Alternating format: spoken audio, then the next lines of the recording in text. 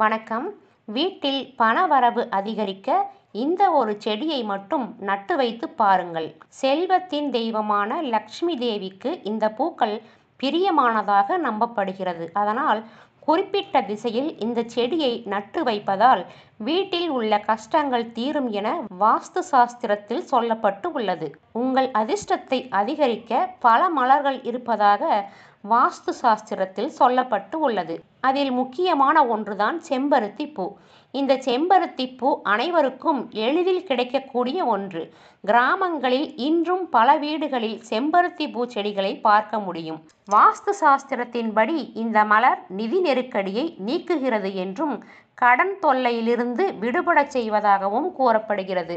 செம்பருத்தி பூக்கள் செல்வத்தின் தெய்வமான லட்சுமி தேவிக்கு பிரியமானதாகவும் அதனால் வாஸ்துபடி குறிப்பிட்ட திசையில் இந்த செடியை நட்டு வைக்கும் போது வீட்டில் உள்ள கஷ்டங்கள் தீரும் என்றும் பெரும்பாலான மக்களால் நம்பப்படுகிறது. நீங்கள் கடன் பிரச்சனையாலும் நிதி நெருக்கடியாலும் அவதிப்படுகிறீர்கள் என்றால் இந்த பூக்கள் உங்கள் பிரச்சனைக்கு ஒரு நல்ல தீர்வை அளிக்கும். கடன் பிரச்சனையாலும் நிதி நெருக்கடியாலும் கஷ்டப்படுபவர்கள் வெள்ளிக்கிழமையன்று உங்கள் வீட்டில் பணப்பெட்டி வைக்கும் அறையில் விநாயக பெருமானையும் அன்னை துர்கா தேவியையும் தியானித்து இந்த பூக்களை பணப்பெட்டி வைக்கும் இடத்தில் வைத்துவிட வேண்டும். இந்த செயல்முறையை நீங்கள் 7 நாட்களுக்கு தொடர்ந்து நம்பிக்கையோடு செய்து வர பண கஷ்டம் விலகும். பல சமயங்களில் ஏதாவது ஒரு காரணத்திற்காக வீட்டில் அடிக்கடி பிரச்சனைகள் ஏற்படும். இது கணவன் மனைவி இடையேயான உறவில் பெரும் தாக்கத்தை ஏற்படுத்தும்.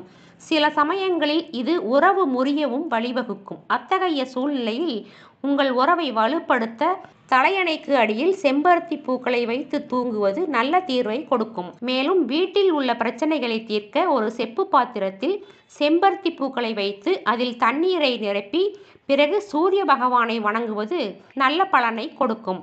மகாலட்சுமி தேவிக்கு மிகவும் பிடித்தமான இந்த மலர் செடியை கிழக்கு அல்லது வடக்கு திசையில் மட்டுமே வைக்கப்பட வேண்டும் என்பதை நினைவில் வைத்து கொள்ள வேண்டும். மேலும் செடி வறண்டு போகாமல் இருக்க அவ்வப்போது தண்ணீர் ஊற்றி வர வேண்டும்.